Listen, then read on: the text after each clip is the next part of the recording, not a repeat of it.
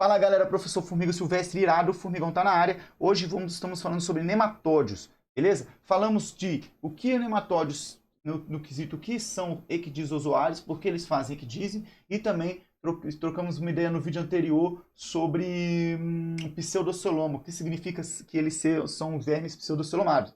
Se essa for sua dúvida, vídeo anterior. Aqui vamos para as características gerais dos nematódios, o grupo, as características gerais, e se tudo der certo eu ainda falo sobre Ascaris lumbricoides. Mas eu acredito que isso vai ficar para um próximo vídeo. Vem aqui, formigão, vem cá. Nós estamos apresentando aqui no PowerPoint.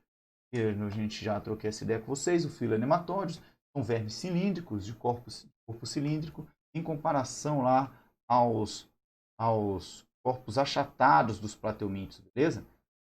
Eu gostava muito de fazer essa comparação quando eu considerava eles muito próximos evolutivamente de recente e não de uma linhagem anterior, como beleza? Beleza? Extremidades afiladas e bem finos, bem delgados. Tá? Falamos que são vermes pseudocelomados, plateumintos acelomados, nematódios pseudocelomados e os demais são celomados, e expliquei a história evolutiva lá no vídeo anterior. Vamos fazer uma classificação artificial dos nematódios. Eu digo classificação artificial, quando eu falo classificação artificial, porque fui eu que defini. A galera definiu assim, ó, uma classificação sem levar em consideração a história evolutiva. Se um estudo definiu, comparando os táxons, comparando características, comparando moléculas de DNA, aí ele fez uma comparação evolutiva, seria uma classificação natural.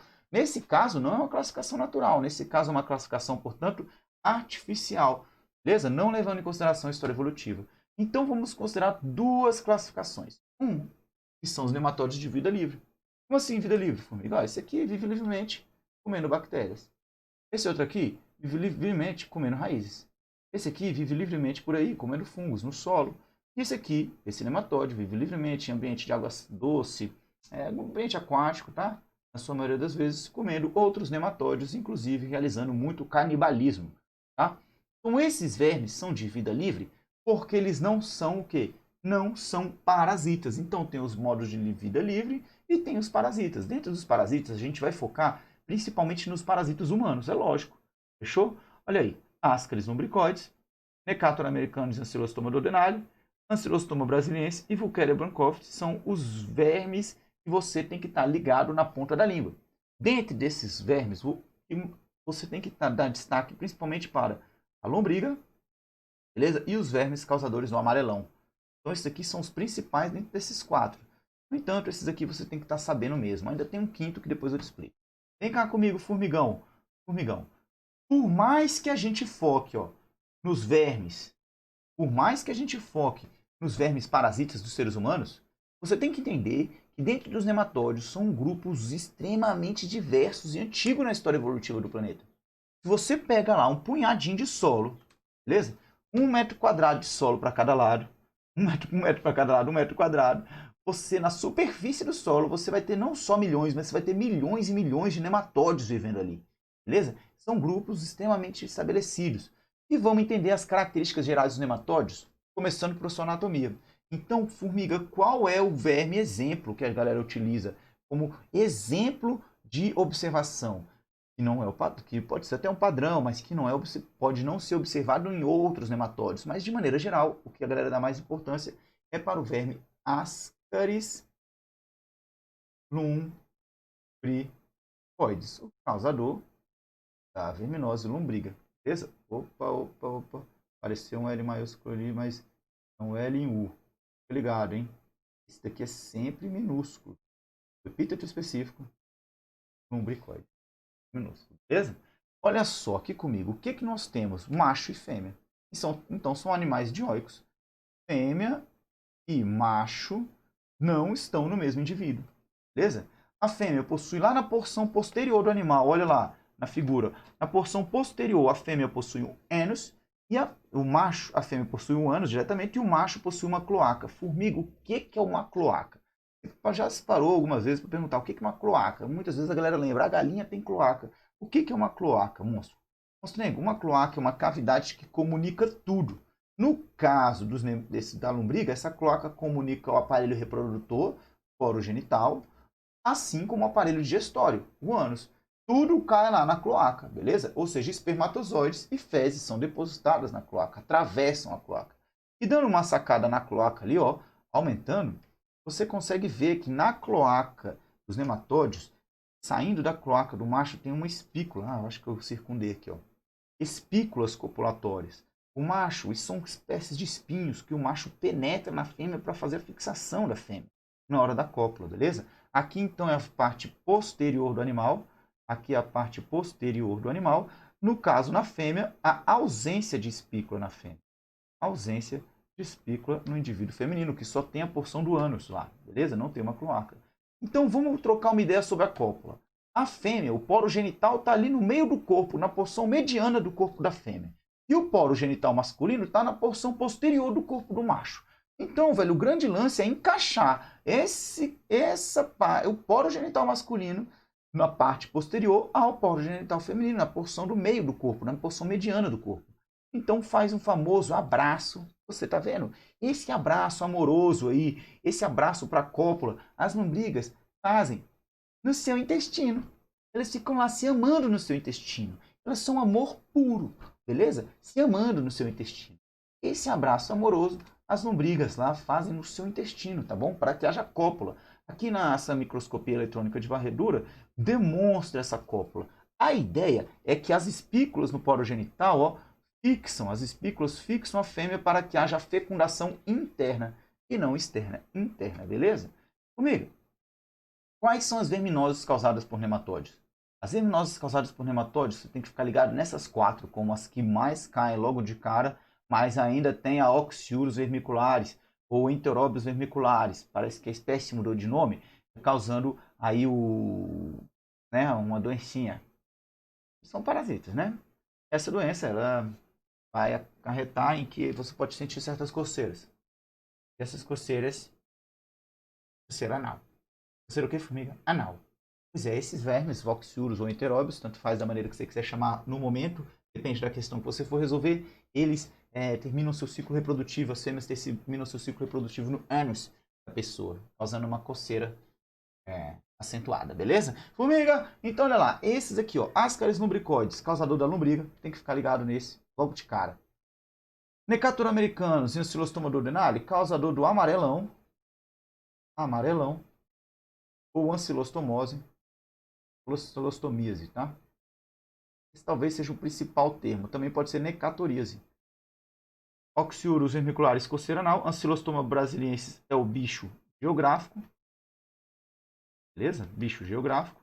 E Wucheria brancophila vai causar filariose, são filárias, os vermes na etapa de filárias, e vão causar o quê? Vão causar a elefantíase. Quase não sai, né, família? Bora. Então, vamos lá trocar uma ideia. Como lembrar o grande lance que passou na sua cabeça? Sim, eu li o seu pensamento, monstrengo. O grande lance que passou na sua cabeça foi: caraca, como é que eu vou lembrar tantas verminosas assim? E quando o assunto são verminoses, você tem que lembrar que dois grupos que a gente estuda no ensino médio, dois grupos são causadores de verminoses. Você tem que conhecer esses grupos, velho. O grupo dos plateumintes, o filo dos plateumintes e o filo dos nematóides. Sacou? Amiga, qual que cai mais? Amiga, qual que tem mais chance de cobrar detalhes dessa verminose? Vamos trocar uma ideia sobre isso. Para isso, vou pegar as principais espécies cobradas, que são, ou seja, vamos fazer um comparativo entre plateumintes e nematóides. Ó. Round 1, round 1, fight, fight! Lembrou até do Mortal Kombat, né, Monster? Olha aí, tênia, no lado dos plateumintes, nós temos tênia, que pode ser a tênia sólida ou tênia saginata, mas não importa, vai causar a mesma doença dentro do conteúdo. Esquistossoma mansoni. O gênero tênia e a espécie Esquistossoma mansoni. Do lado dos nematóides, vamos ter Ascaris lumbricoides, vai causar lombriga, ou ascaridíase, Ancylostoma duodenale Necator americanus, o amarelão, Ancylostoma brasiliensis, bicho geográfico, e Wucheria bancroft, elefantíase. Então são 4 verminoses abrangidas por quantos vermes? Aqui. Você tem que estar ligado em 2 grupos e aqui você tem que estar ligado em 5. 2 de um lado, plateumintes, 5 do lado, nematóides. Beleza? Vermes.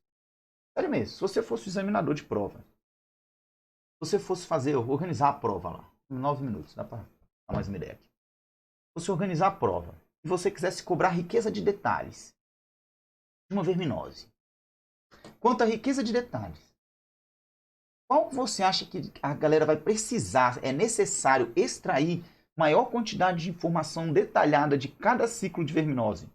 Uma verminose que tem 2 vermes ou uma verminose que tem 5 vermes, causadores de 4 verminoses? E aí? Qual que você acha que a galera vai ter que extrair? Ó, por exemplo, você tem 5 vermes, você pode falar superficialmente desses 5 vermes, não 5 questões. Você quer falar de um verme só nos plateomídeos?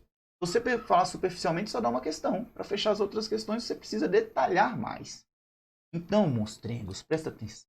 Aqui, logo de cara, eu já afirmo para vocês que aqui, velho, nos plateomídeos, a galera cobra esse conteúdo com maior riqueza de detalhes. Porque só tem 2 vermes para explorar. Formiga, então aqui, se é maior riqueza de detalhes, o que, que a galera vai cobrar? Ué, vai cobrar qual é a verminose, beleza? Vai cobrar o ciclo bem detalhado da verminose, a maneira de infecção, e as medidas profiláticas. Entendeu a lógica? Por quê? Porque você tem que detalhar mais, você tem 2 verminoses. Formiga, aqui tem a tênia, pode causar ateníase ou a cisticercose. Sim, exatamente. Mas mesmo assim, isso aqui está dentro de um ciclo só. Agora, se você tem 5 vermes, você vai trocar uma ideia com menos riqueza de detalhes? Em que sentido, formiga? Ué, porque você tem que saber quais são as verminoses, a verminose em questão, claro. Você não vai dar tanta importância ao ciclo, a não ser pela maneira de infecção. É assim que é o padrão. Então você perde o ciclo detalhado, não é tão cobrado aqui quanto os nematóides. Bem, pelo menos é o que eu tenho percebido. Beleza? Depois vamos fazer umas análises estatísticas aí sobre isso. Infecção e a medida profilática. Ah, formiga, entendi. Agora, tu tem que estar ligado, velho. Não tem pra onde fugir, tu tem que estar ligado. Quais são as verminoses causadas por nematóides? Não tem essa pra onde fugir. Ah, formiga, achei que eu ia escapar. Não, então vamos nessa. Formiga, aonde? Vamos fechar isso aí no próximo vídeo. Vamos trocar uma ideia sobre ascaris lumbricoides, lombrigas, no próximo vídeo. Beleza? Irado? Pegamos as características gerais, entendemos o quê? Começamos a entender que são vermes cilíndricos, beleza? São pseudocelomados, isso já tinha sido comentado. São vermes que têm vida livre, têm vários parasitas. Quais são os principais parasitas? Como é que é a característica corporal desses animais, beleza? Ânus na fêmea, cloaca no macho, poro genital no meio na fêmea, poro genital na região posterior no macho, tá bom? A cópula há um abraço, uma espécie de abraço, com as espículas penetrando a fêmea para fixar. Além disso, os machos têm cloaca, deixa eu ver o que mais. De maneira geral, foi isso que a gente trocou ideia, beleza? Dioicos, é isso aí. Vamos agora trocar uma ideia sobre ascaris lumbricoides no próximo vídeo. Formigão, bora!